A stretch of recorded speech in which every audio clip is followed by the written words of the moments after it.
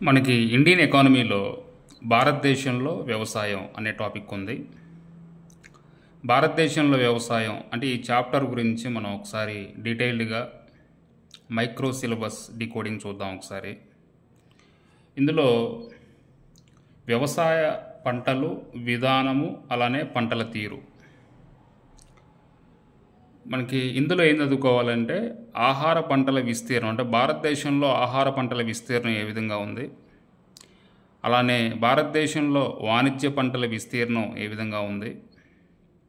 మనకి 1950 నుంచి ఇప్పుడు వరకు 2024 వరకు చూసుకున్నట్లయితే ఆహార పంటల విస్తీర్ణం కానీ అలానే వాణిజ్య పంటల విస్తీర్ణం కానీ పెరుగుతూ వచ్చిందా లేకపోతే తరుగుతూ వచ్చిందా అనేది కూడా చూసుకోవాలి.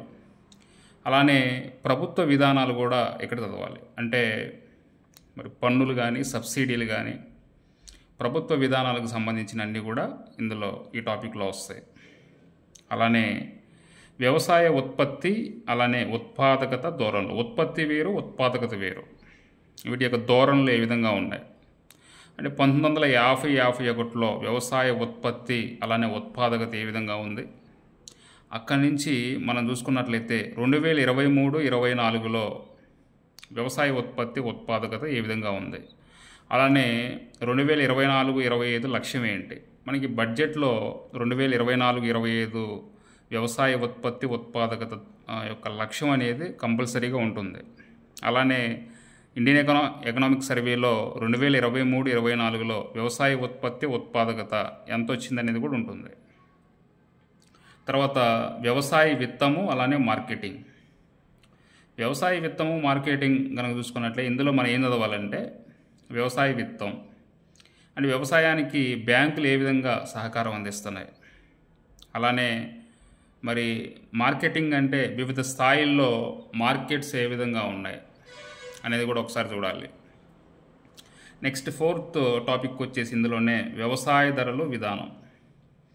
ఇందులో మనకి ఎంఎస్పి కనీస మద్దతు ధర, అలానే సేకరణ ధర, అలానే జారీ ధర, ఈ 3 ధరలు అంటే ఏంటి వాటి గురించి మనం చదువుకోవాలి.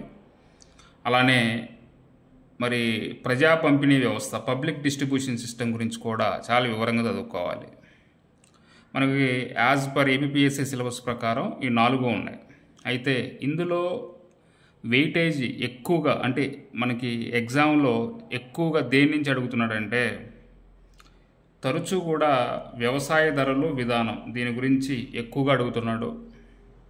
అలానే కంపల్సరీగా వ్యవసాయ ఉత్పత్తి ఉత్పాదకత ధోరణులు ఏ విధంగా ఉన్నాయనేది కంపల్సరీగా 1-2 బిట్లు తగులుతున్నాయి. అలానే వ్యవసాయ విత్తము మార్కెటింగ్ దీని నుంచి కూడా అడుగుతున్నాడు. అయితే ఓవరాల్గా దీని నుంచి మనం గమనించాల్సిన విషయం ఏంటంటే మనకి 2017 గ్రూప్ 2 ఎగ్జామ్, అలానే 2019 గ్రూప్ 2 ఎగ్జామ్ కనుక చూసుకున్నట్లయితే అందులో మనకి 75 మార్క్స్కి మనకి ఇండియన్ ఎకానమీ, ఏపీ ఎకానమీ ఉండేది. అయితే ఇప్పుడు అదే ఇండియన్ ఎకానమీ 75 మార్క్స్, అలానే 75 మార్క్స్ ఏపీ ఎకానమీ, ఇట్లా 150 మార్క్స్కి ఉండేది. అయితే మరి ఈ 75 ఇండియన్ ఎకానమీలో ఈ చాప్టర్ కనుక వెయిటేజ్ కనుక చూసుకున్నట్లయితే భారతదేశంలో వ్యవసాయం దీని నుంచి మనకి 12 మార్కుల నుంచి 13 మార్కుల వరకు వచ్చాయి. 12 నుంచి 14 మార్క్స్ అంటే యావరేజ్గా మనకి 12 మార్క్స్ వచ్చాయి. ఇప్పుడు 2024 లేకపోతే 2025 సరే వాట్ ఎవర్ ఇట్ మొత్తం మీద కూడా జరగబోయే గ్రూప్ 2 ఎగ్జామ్లో మనకి ఎకానమీ అనేది Indian economy plus AP economy కలిపి 75 మార్క్స్కి ఉంది ఈసారి. మరి ఈ 75 మార్కుల్లో అత్యంత వెయిటేజ్ అనేది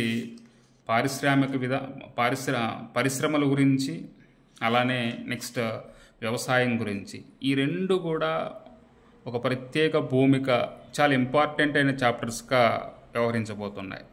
థ్యాంక్ యూ.